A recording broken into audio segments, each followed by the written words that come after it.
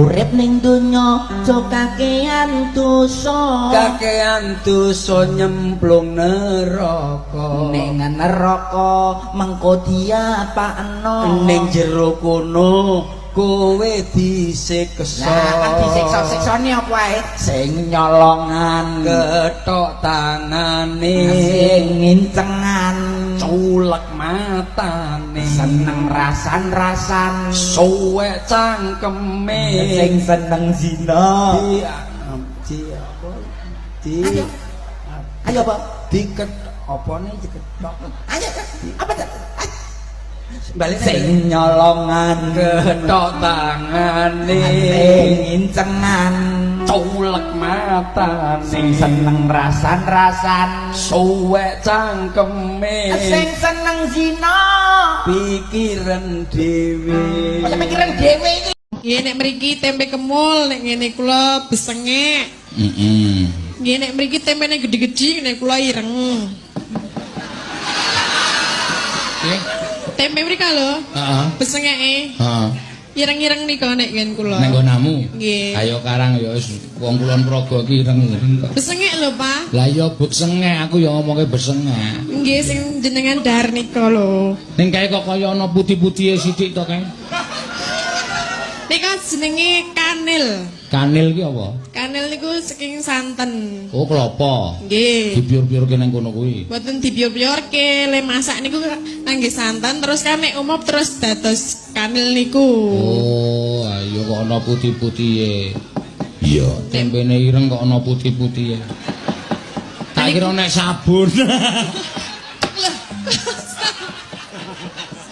kowe anggere anarkis tak ajar boyo sekali iki rasa njaluk bayar kan ra apa-apa lah maksudnya terus anakku piye lah ya sakarepmu wong sing brojol kowe kok sing tanggung jawab aku ya kan bali nyambut gawe ya Bu tumbas susu Bu tumbas jajan ngono nyo 50 sik rasa cerewetnya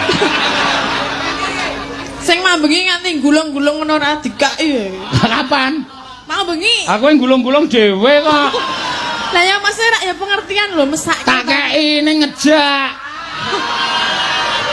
ya gulung-gulung ya ngono kape wah gene ya ditampani yo tampani ya duit kok jenengan we nampani kok aku ora lho lah ya aku bedalange kok pimpinan kok lah aku ya sindene kok ora nggo sinden yo ora apa-apa tetep mlaku ya ora nggo dalang ya ora piye ah ya ora iso wong sing diundang dalang kok padake Mas, aku ngidam Mas. idam apa Kadal. Ndang ta Mas. ya engko tak tukone tak gorengne tak gawe rica-rica kadal ya sayang Aku pengen jalan-jalan. Ning ndi? Numpak mobil. mobil iya engko tak tumpakne teli ya lho Materi. Apa? Adelo. oh panas jaba jero ya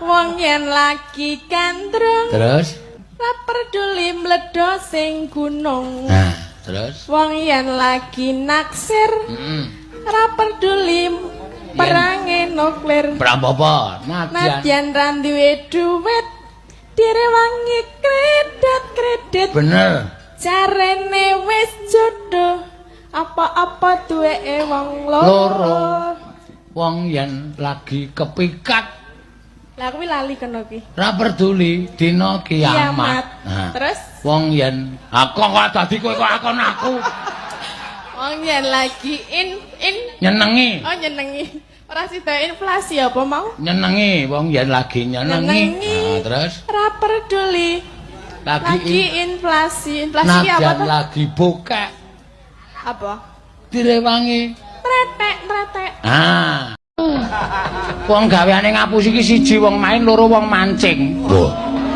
apa iya wis kuwi gaweane ngapusi kok iso diomongi kok kalah 100 muni kalah 400 kalah 400 muni kalah 800 ngapusi wis entek wis dituntek mongko jane ngesak ha iya semono uga wong mancing entuk iwak sak driji ya oh sing muncul semene apane nek ra pedhot munggah 7 kilo 7 kilo iki sak becake Ben awake dhewe pentas wayangan ning gone juragan beras. Beras. Mulih ya digawani beras. Wis biasa wis lumrah. Lah iki awake dhewe tanggapan ning cedhak kuburan. Lah ndandake ade mulai digawani batang lah Pak sing rada enom.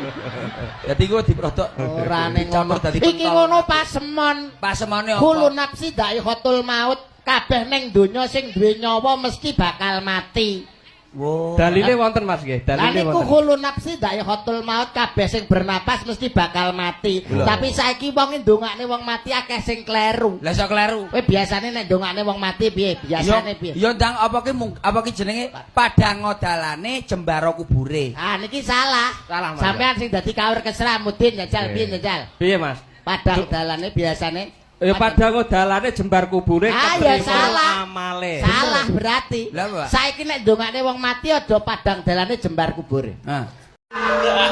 Ora ket mau kok nesu iki ngopo ngono lho. Ben aku lagi mbura, kerangan ora kebeneran aku pakai lagu. Ora aja sok gampang nesu. Ngapa? Gampang tua, kok nek stroke piye? Mbok cangkemmu sing apik. Ya malah slow saja. Oh jeneng kowe nek aku lara kowe ya bingung lek golek dit piye ayo. Ayo. Kepar nyinden ning perapatan kowe. Ya aja. Dina Minggu karo nggawa besek kae. Ya aja jenengan sehat selalu. Ah, ngundungake Lah, ngono kok. maksudku mbok aja nesu wae ngono lho. Tergantung pikiran, nek pikiran semeleh ya ora nesu. Ya pikirane tinggal ngomah sik mau. Iki kok kewanen to suwe-suwe. Lah ya maksudnya pikiran sing marai mangkel iki rasah dipikir ngono lho. Bener kudune wong nyambut gawe profesional. Wis tak gawe seneng Tin. Yo, wah apik tenan. Ayo Tin. Aku ngomong miku mbok jaluk kon meneng bareng aku meneng aku salah. Ngene lho. Aku tak sambutan ya, aku tak makili. Makili siapa? Bapak kepala desel supaya nek Desel. Sing bener iki kepala genset tak mau saiki iki. Bapak Desa. ya kepala desa tapi ngurusi desel warga. Lah ya ngono aku tak sambutan. Lah ya. Ngono ya. Oh sambutan mewakili Bapak kepala desa. Desa. Oke silakan untuk maju. Assalamualaikum warahmatullahi wabarakatuh. Waalaikumsalam warahmatullahi wabarakatuh. Para bapak-bapak. Bapakmu kok wakeh men. Anake sapa jane iki kok? Tak oleh. Para ibu-ibu. Bayuh ibumu nek ngemik ning jero antol ngono lah. Pada malam hari ini Sing saya arani awan ya sapa? Iki bengi goblok kok. pengen ya beli mbok kok Mas. Karo koncone dhewe kok malah tukaran aku ya. Dadas saya di sini Sing arani ning brongkos ya sapa? Kowe roh tempe, ngerti? Tempe ning jero lontong jenenge apa? Arem-arem. Tempe ning jero lontong jenenge arem-arem. Lah nek lontong ning jero tempe. Eram-eram. Ora iso. Tempe ning jero lontong, tempe arem-arem. Nek lontong ning jero tempe, merem-merem. Ora percaya ta we? Nek ora percaya tekan omah lontongmu lebokno tempene bojomu nek pas. pitik pokoke. Pitik nek wedok, kuwi lak mesti ngendok. Ngendok. Saiki tak tekoki, endok apa sing paling enak? Endok pitik kampung. Salah. Kayak jamu enak. Salah. Horen. Salah. Pitik reng. Salah. Pitik putih. Salah. Endok apa, Pak? Endok sing paling enak. Aku endok apa, Pak? Endok dikukur isuk-isuk bawa enak. Piye to maksudnya, Pak? Oh enak tenan nih pokoknya. Karo molet bawa enak. Tangi turung ini terus. Oh iya, Pak. Iya, Pak. Iya, Pak. Pak Topan ki duwe utang aku 5 juta. Aduh mas, aku kira duwe apa-apa lho mas, liyane awakku. Gak duwe apa-apa aku mas, sama nagih aku piye aku mas? Sing duwe apa saiki sampean saiki? Ya mek awakku tek iki mas. Ngene. Genahne sik genahne. Wong ki kudune sing genah. Engko lek ora genah ku ndak penak, ya Mbak ya. Kan suwi wis rapi karo apa Topan? Ya wis oleh 7 tahun lebih mas. Alah undang pegatan ae. Wong wis tuwek kaya ngono kok wis wis ora usah ngrumati wong tuwek dulu kas bongko kae engko. Lah iya mas, aku kira ndek duwe lek 5 juta iki ora duwe, aku duwe nek awakku. Ya ngene lho, masalah lah ngene lah kuwi ya ndak apa-apa jane lak gelem ora masalah. Aku dhewe ya ora ape nolak.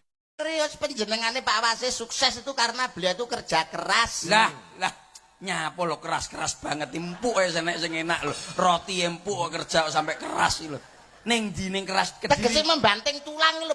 linu kabeh no tulang dibantingi. Wis jane pekok ya to Sik jajal. Saiki lek tulodo becik kangge Pak Wasis. Pak Wasis piye jajal ta? Ngono takono. Dan jajal wis. Mas Percil yang cakep. Jenengan matur ngoten riyen lak mboten ngoten kula mboten ngedalaken iki mangke. Dadi ngomong sing Mas Percil Mas Percil yang apa? cakep. Rupamu kaya diesel kowe. Timbang rambemu kaya genset. Kancane kaya diesel. Jajal. Ya jajal piye omong sing apik kaya apa jajal? Pak Wasis itu emang top. Wis cukup. Sithik ning genah. Lah ya penjabarane top ki lho apa? Loh. TOP top ya. TOP niku wonten tegese, Bos. Ah, piye? Top kuwi kan kependekan.